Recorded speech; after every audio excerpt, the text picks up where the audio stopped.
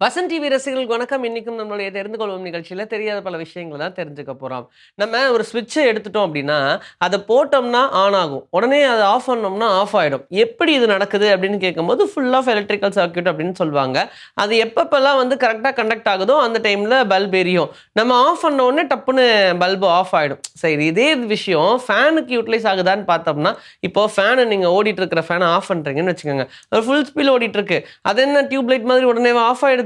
கிடையாது. அது கொஞ்ச நேரம் சுத்திக்கிட்டே இருந்து அதுக்கப்புறம் தான் நிக்கும். இந்த ஒரு ஆக்ஷனுக்கு பேர் தான் இனர்ஷியா அப்படின்னு சொல்லுவாங்க. இந்த இனர்ஷியா என்னன்னா, எப்பவுமே நம்ம ஆஃப் பண்ணிட்டோம்னா, அங்க எலக்ட்ரிசிட்டி கனெக்ட் ஆக நின்றுச்சு அப்படின்னு நினைப்போம். ஆனா அந்த மோட்டருக்குள்ள அந்த எனர்ஜி சேவ் ஆயி தான் இருக்கும். அந்த எனர்ஜி அப்படியே கொஞ்சம் கொஞ்சமா குறைஞ்சு, அதுக்கப்புறமா தான் அந்த ஃபேன் நிக்கும்.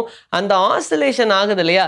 அதுதான் இனர்ஷியா அப்படின்னு சொல்லுவாங்க. ஸோ நீங்க எப்போ அந்த கரண்ட்ட ஆஃப் பண்ணிட்டீங்க, இருந்தாலும் வந்து அந்த ஃபேன் சுத்திக்கிட்டு இருக்கு. ஒரு சர்டைன் டைம் வரைக்கும் அதுலேருந்து காத்தும் வந்துகிட்டு இருக்கு அப்படின்னா, அந்த ஒரு எனர்ஜிக்கு பேர் தான் இனர்ஷியா அப்படின்னு சொல்லுவாங்க. இது காமனா நம்மளுடைய வீட்டிலேயே இருக்கக்கூடிய ஒன் ஆஃப் த பிசிக்ஸ்ன்னு வச்சுக்கோங்க. சில டைம் நம்மளுடைய ஸ்கின்ன பார்த்தோம்னா, நல்ல ஒரு சதை இருக்கக்கூடிய இடத்துல கொஞ்சம் ஃபேர் ஸ்கின்னாலாம் இருந்தாங்கன்னா, நல்லா ப்ளூ கலர்ல தெரியும். என்னப்பா இது இப்படி இருக்கே அப்படின்னு கேட்டோம்னா, அந்த இடத்துல ரத்த கசிவு ஏற்பட்டிருக்கும் அப்படின்னு சொல்லுவாங்க. இதுக்கு பேர் தான் எக்கிமோசிஸ் அப்படின்னு சொல்லுவாங்க. ஆனா இந்த எக்கிமோசிஸ்ன்றது கொஞ்சம் டேஞ்சரான ஒரு சிச்சுவேஷன் வச்சுக்கோங்க. எல்லா டைம்லயும் அது ரத்தம் கட்டியிருக்கும் அப்படின்னு சொல்ல முடியாது. இன்கேஸ் ஏதாவது அடிபட்டுச்சுன்னா உங்களுக்கு தெரியும் அங்க ரத்தம் கட்டியிருக்கு அப்படின்னு. ஆனா அடியே படாம அடிக்கடி ஒரு இடத்துல மட்டும் ரத்தம் கட்டிக்கிட்டே இருக்கிற மாதிரியான கலர்ல பர்பிளோ ப்ளூவோ இருக்கு அப்படின்னா டெஃபினட்டா போய் நம்ம டாக்டரை பார்க்க வேண்டிய நேரம் நம்ம கேர்ஃபுல்லா இருக்கணும் அப்படின்னு சொல்றாங்க. ஏன்னா அந்த பிளட் வெசல்ல பார்த்தோம்னா சின்ன சின்ன நரம்புகள்லாம் இருக்கும். எப்போ அது கொஞ்சம் கொஞ்சமா பிளட்டை லீக் பண்ண ஆரம்பிக்குதோ அந்த லீக்கேஜ் ஆஃப் பிளட் தான் நமக்கு பார்க்கறதுக்கு ஃபுல் ப்ளூ கலர்ல தெரியும். அதனால இந்த மாதிரியான கேசஸ் எல்லாம் முடிஞ்ச அளவுக்கு டாக்டரை போய் சீக்கிரமா பார்க்கணும்னு சொல்றாங்க. முதலையுடைய வாயை திறக்கும் போது மண்ணள்ளி போடுற ஒரு விஷயத்தை பார்த்துருக்கீங்களா? எப்பவுமே இது காமனா நடக்கக்கூடிய ஒரு விஷயம் தான். அதுலயும் குறிப்பா ஏதாவது ஜூலாம் நடத்திட்டு இருக்காங்க அப்படின்னா, அவங்க கண்டிப்பா இத பண்ணுவாங்க. முதலை அப்படின்னு சொல்லும்போதே, அதோடைய ஜா பவர் உங்களுக்கு தெரியும். 3500 பிஎஸ்ஐ அளவுக்கான பிரஷர அதால குடுக்க முடியும் அப்படின்னும்போது, யாரா இருந்தாலும் கொஞ்சம் பயப்பட தான் செய்வாங்க. இப்போ இந்த முதலை வந்து எப்பல்லாம் வாய திறக்குதோ, அப்பல்லாம் மண்ண தூக்கி போடுவாங்க. அப்போ அது அட்டாக் பண்றதுலருந்து தன்னை தற்காத்துக்கக்கூடிய ஒரு நிலைக்கு திரும்பிடும். ஏன்னா, அட்டாக் பண்ணும்போது முதலைய அதோட இருப்பிடத்துக்கு அனுப்புறது ரொம்ப ரொம்ப கஷ்டம். அதனால அது சேஃபா இருக்கணும்னு ஃபீல் பண்ண வைக்கிறதுக்காக தான் இத பண்றாங்க. ஏன்னா, முதலையோடைய பார்ட்ஸ்லயே ரொம்ப சென்சிட்டிவானது தாடை தான்னு சொல்றாங்க. அததான் இன்டர் சென்சரி ஓவர்லோட் அப்படின்னு சொல்லுவாங்க. அப்படின்னா, தன்னை எப்போ ஏதோ ஒரு விஷயம் தாக்க வருதுன்னு தெரியுதோ, அப்போ நம்ம இதுக்கு மேல இருந்தா டேஞ்சரு, பேசாம நம்மளுடைய இருப்பிடத்துக்கே ஓடிருவோம்ன்னு, அத பாதுகாத்துக்கிறதுக்காக உடனே அதோடைய இடத்துக்கு ஓடிரும். இப்போ ஜூவ நம்ம பார்க்கும்போது இந்த விசிட்டிங் ஹார்ஸ்லலாம் முதல்ல எல்லா இடத்துலயும் இருக்கிற மாரி பார்ப்போம் இல்லையா? ஆனா அதுக்கப்புறமா அத இருப்பிடத்துக்கு அனுப்பணும் அப்படின்னும்போது, அது உள்ள போகறதுக்கான அந்த டைம் பீரியட் ரொம்ப அதிகமா இருக்கும். இன்கேஸ் நம்ம எதாவது அடிச்சு விரட்டலாம்னு நெனச்சோம்னா, முதல்ல அட்டாக் பண்றதுக்கு வாய்ப்பு இருக்கு. அதுக்கு முதல்ல எப்பல்லாம் அட்டாக் பண்ண ட்ரை பண்ணுதோ, அப்பல்லாம் ஃபர்ஸ்ட் அதோட ஜாவ தொறக்கும். அப்படி அது ஜாவ தொறந்தோனே மண்ணள்ளி மண்ணள்ளி அதுல வீசுவாங்க. அதனால தான் முதலையுடைய இருப்பிடத்துல நெறைய மண்ண நீங்க பார்க்க முடியும். ஜாகுவார் கிட்ட போய் மோதணும்னா எந்த அனிமலா இருந்தாலும் பயப்படும். ஆனா ஒண்ண தவிர.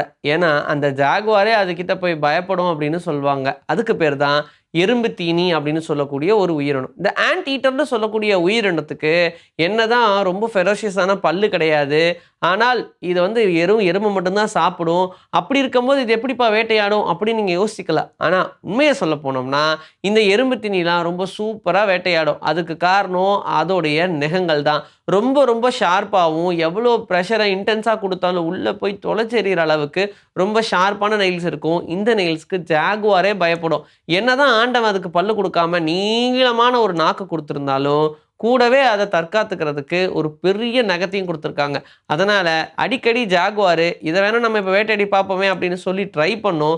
ஆனால் எப்பெல்லாம் ஜாகுவார் அதை நெருக்க ட்ரை பண்ணுதோ அப்போ அதோடைய நகத்தை வச்சு ரொம்ப ஈஸியாக கீரல் போட்டுரும். அடிக்கடி இந்த ஜாகுவாருக்கும் இந்த எறும்பு தீனிக்கும் தான் சண்டை வரும் அப்படின்னு சொல்றாங்க. டைனோசர்லாம் உண்மையிலேயே இருந்துச்சாப்பா அப்படின்னு கேட்டா ஏன் அதுல என்ன சந்தேகம் அப்படின்னு கேட்பாங்க. இதுக்கு ஒரு பெரிய உதாரணம் என்னன்னா நம்ம வீட்டில் இருக்கக்கூடிய பல்லி தான். இதெல்லாமே லிசர்ட் வகைக்குள்ள தான் வருது. அதனால இங்க பல்லி இருக்கு அப்படின்னா கண்டிப்பா அந்த டைம்ல டைனோசர்ஸ் இருந்திருக்கும் அப்படின்னு சொல்றாங்க. இது மட்டும் கிடையாது. ஒரு டைனோசர், ஒரு டிராகன் எப்படி இருந்துச்சோ அதே மாதிரியான உயிரினம் இன்னும் எக்ஸிஸ்டிங்காக தான் இருக்குது. அந்த சைஸில் இல்லை, கொஞ்சம் சின்னதாக. அர்மடில்லோ கிர்லிட் லெசார்ட் அப்படின்னு சொல்லுவாங்க. இந்த ஒரு வகையான பல்லி பார்க்கறதுக்கு அப்படியே டிராகன் மாதிரியே இருக்கும். அதோடைய டிஃபென்ஸ் எல்லாம் பார்த்தோம்னா கிட்டத்தட்ட நம்ம இப்போ பல்லியெல்லாம் எப்படி வால் துண்டிச்சிருச்சுன்னா திரும்ப வளரும் இல்லையா, அந்த மாதிரிலாம் இது கிடையாது. இது அதோடைய வாலை எடுத்துக்கிட்டு வாயில் வச்சு ஒரு சூப்பரான போஸ் கொடுக்கும். ஈவன் இது வெளியே மட்டும் வச்சுருக்காங்கன்னு சொல்ல முடியாது, நிறைய பேர் இதை காசு கொடுத்து வாங்கி வீட்லேயும் வளர்க்குறாங்க.